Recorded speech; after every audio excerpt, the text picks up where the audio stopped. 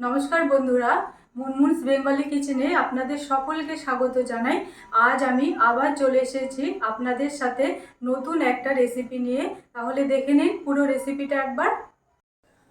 আজ আমি আপনাদের সাথে শেয়ার করব প্যান ফ্রাইড ডাম্পলিং। এটা কিন্তু খেতে হবে খুবই ইয়াম্মি। এটা একটু স্মোকি টাইপ হবে। দেখুন কতটা সুন্দর, ভেতরটাও একদম সফট হয়েছে। এটা বানাবার জন্যে আমি এখানে নিয়েছি ময়দা। এখানে প্রায় 200 গ্রাম ময়দা আমি নিয়েছি। এর সাথে আমি দিয়ে দিচ্ছি পরিমাণ মতো নুন। শুধু নুনটুকু দিয়েই ময়দাটাকে ভালো করে আমি মাখিয়ে নিচ্ছি। ভালো করে এইভাবে মাখিয়ে আমি পরিমাণ মতো জল দিয়ে দিচ্ছি। এর মধ্যে পরিমাণ মতো অল্প অল্প করে জল দিয়ে দেব। জল দিয়ে আমি এটাকে একটা ডো বানিয়ে নেব।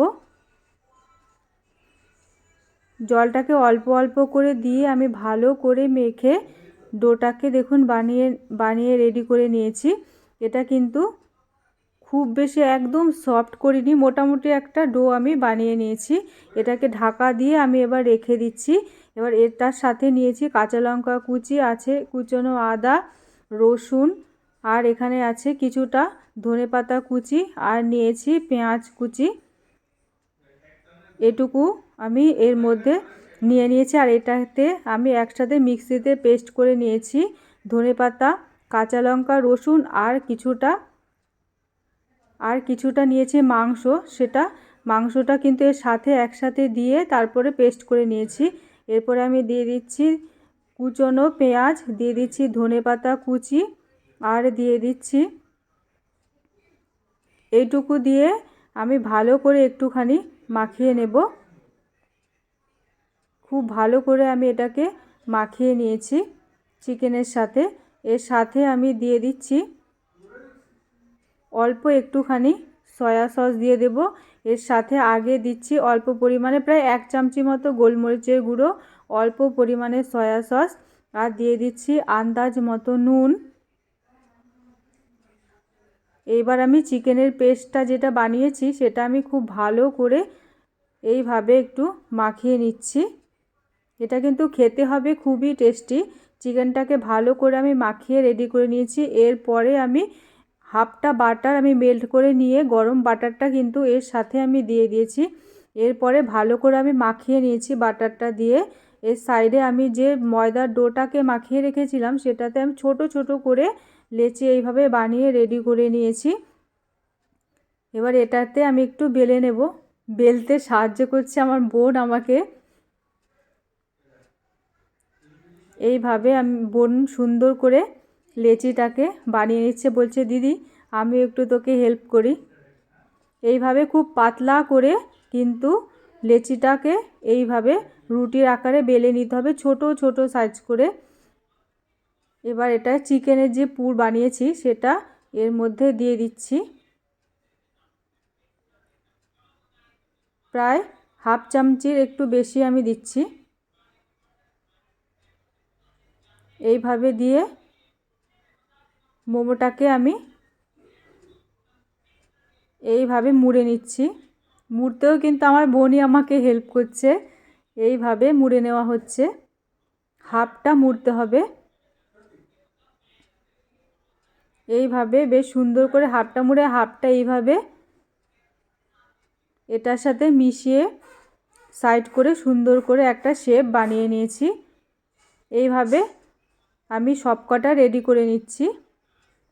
সবকটা গোলও করেছি, আবার ওই ধরনের করেছি, 2-3 ধরনের আমি এখানে বানিয়ে রেডি করে নিয়েছি। এবার এটাতে প্যানে আগে থেকে আমি গ্যাসে গরম করে নিয়ে তাতে দিয়ে দিচ্ছি প্রায় হাফ টিস্পুন মতো রিফাইন্ড অয়েল। সেটা দিয়ে আমি একটুখানি গ্যাসে চারিদিকে একটু কড়াইয়ের চারিদিকে মিশিয়ে নিয়ে তারপরে একটু তেলটাকে হালকা গরম করেছি, খুব কিন্তু বেশি করে গরম করিনি। দিয়ে তারপরে মোমোটাকে এইভাবে চারিদিক থেকে বসিয়ে দিচ্ছি আস্তে আস্তে করে। এটা কিন্তু খেতে হবে খুবই সুন্দর টেস্টি, আর স্মোকি টাইপ হবে, অসাধারণ টেস্টের হয়। বন্ধুরা এটা প্লিজ বাড়িতে ট্রাই করুন। সবকটা মোমো এইভাবে বসিয়ে কিন্তু রেডি করে কিছুটা সময় আমি রেখেছি, দেখুন ধিমে আছে কিছুটা সময় রেখেছি, নিচের দিকটা কত সুন্দর হয়েছে। এরপর এটাকে সাথে সাথে কিছুটা জল দিয়ে কিন্তু সঙ্গে সঙ্গে ঢাকা দিয়ে দিতে হবে। জল দিয়ে ঢাকা দিয়ে 5 মিনিট মতো একদম ঘড়ি ধরে রাখতে হবে। গ্যাসটাকে ধিমে করে দেখুন কতটা সুন্দর ফুলে গেছে। পুরো 5 মিনিট পরে কিন্তু ঢাকাটাকে খুলতে হবে, তার আগে কিন্তু ঢাকাটাকে একদমই খোলা যাবে না। 5 মিনিট পরে বন্ধুরা আমি ঢাকাটাকে খুলে আপনাদের সাথে শেয়ার করছি।